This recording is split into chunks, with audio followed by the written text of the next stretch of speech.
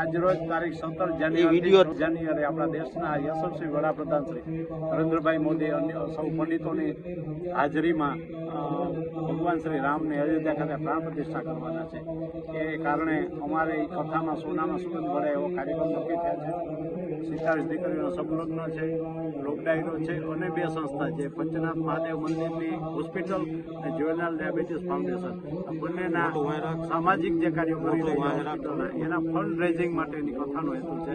કથાનો તમામ ખર્ચ મારો પરિવાર આવશે, પણ જે કંઈ ફંડ એના ડાયરેક્ટ એના ખાતામાં આવશે એ બધા સંસ્થા રાખશે અને સમાજમાં જે સેવા કરે છે એને પ્રોત્સાહન રૂપે કાર્યક્રમ છે. અને 47 દીકરીઓ છે જે મા બાપ વિનાની, એના સમૂહ લગ્ન છે, એનો પણ તમામ ખર્ચ મારો પરિવાર આપશે.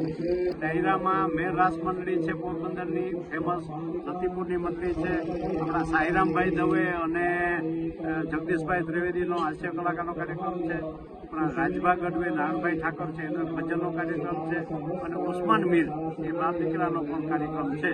આવા 4 કાર્યક્રમો છે અને એ કાર્યક્રમોમાં પણ જે કોઈ ફંડ રેઝિંગ કોઈ દાતાઓ આપશે એ સીધું આ સમાજના બંને સંસ્થાઓ